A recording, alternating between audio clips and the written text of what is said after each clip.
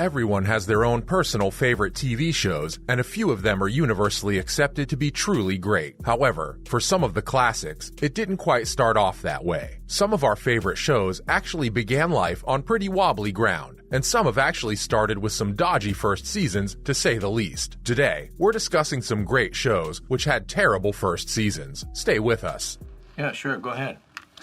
Let me talk to you about a few of the other things we can offer. Namely, we know the tax season's coming up, so by April 1st, we can have you fully stocked. We have discount prices on ink cartridges. First up, it's The Office. Widely regarded to be one of the greatest comedy shows of its generation, the American version of Ricky Gervais's timeless classic, The Office, has won countless awards, and fans of the show still watch it front to back to this day. However, it started life as an almost word-for-word copy of the first couple of episodes of the British version. As we all well know, British and American humor is pretty different, and the first 2 episodes of the first season of the US version simply failed to translate.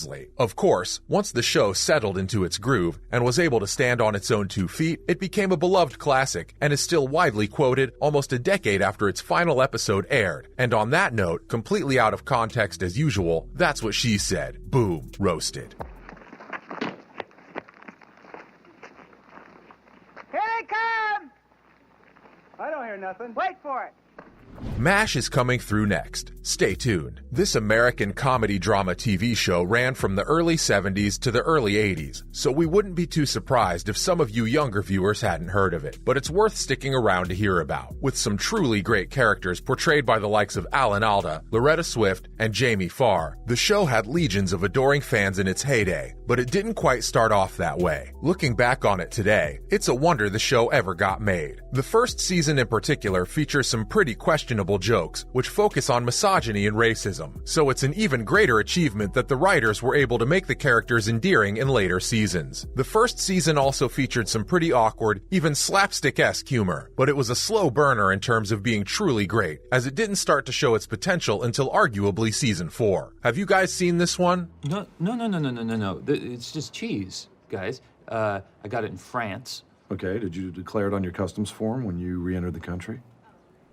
Next up, it's Parks and Rec, made by Mike Schur, who played Mose on The Office, as well as Greg Daniels, who also served as a writer on the same show. Parks and Recreation featured some of the most memorable characters on TV over the past couple of decades. Nick Offerman's deadpan Ron Swanson works perfectly with Amy Poehler's bubbly Leslie Knope, and the other characters played by the likes of Aziz Ansari and Rashida Jones are also expertly cast. Much like The Office, the show has become much loved by comedy fans thanks to its off-the-cuff look at America's small politics. However, there's no 2 ways about it. The first season was pretty weak, and they're quite fortunate the network allowed them to make a second. The problem was that the characters as yet had not been developed, but they were able to fix those teething problems from the second onwards and didn't look back. Who was your favorite character? You dye your meth with food coloring to make it look like mine. You already ape my product at every turn.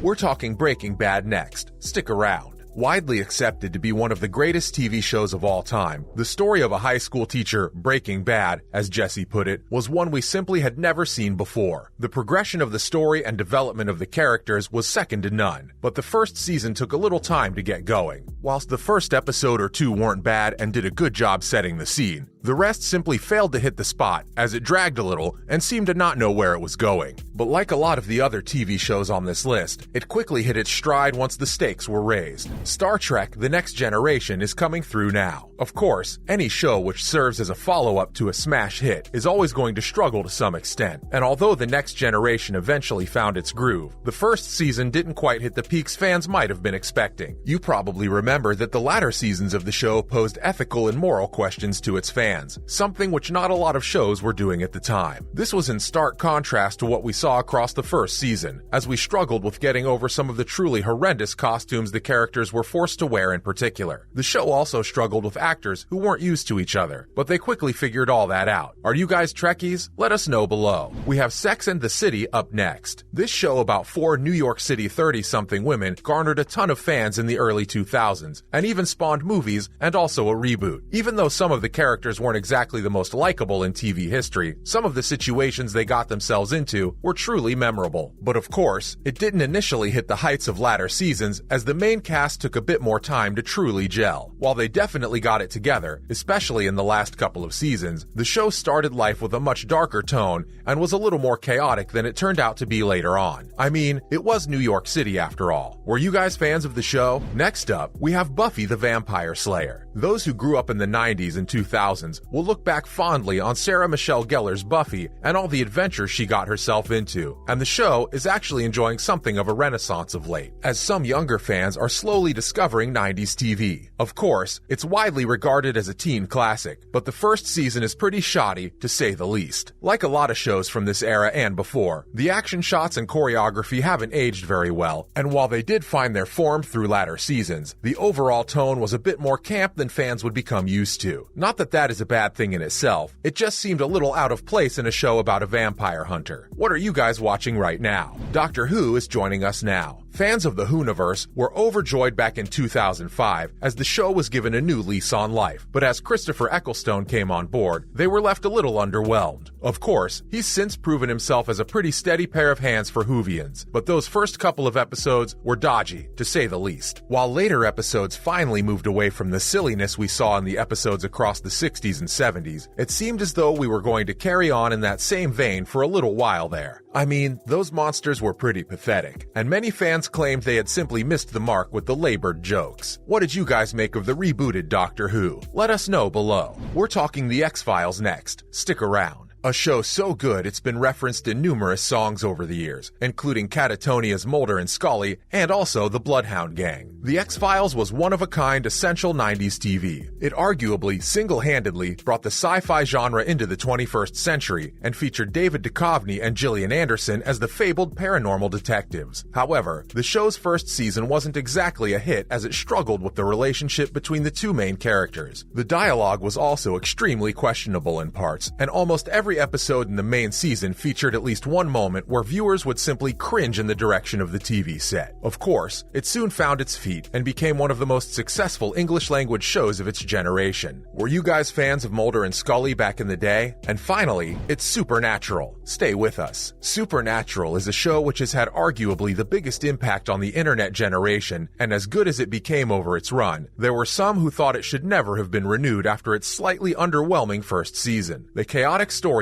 and the seemingly never-ending threat of the world ending proved a little too much for some. But like every other show on today's list, Supernatural quickly found its groove. The first few episodes showed just how little idea the showrunners had about where to take the characters, however. And although the horror elements mostly hit the mark, there were plenty of missteps. Of course, they went on to figure all that out, and have since dropped a prequel show in the form of The Winchesters. Have you guys checked that one out yet? As usual, thanks for dropping in on us today. And remember to swing by again next time for some more fun reveals. And why not do us a big favor by liking and sharing today's video with any TV nerds you guys might have lurking on those socials. Bye.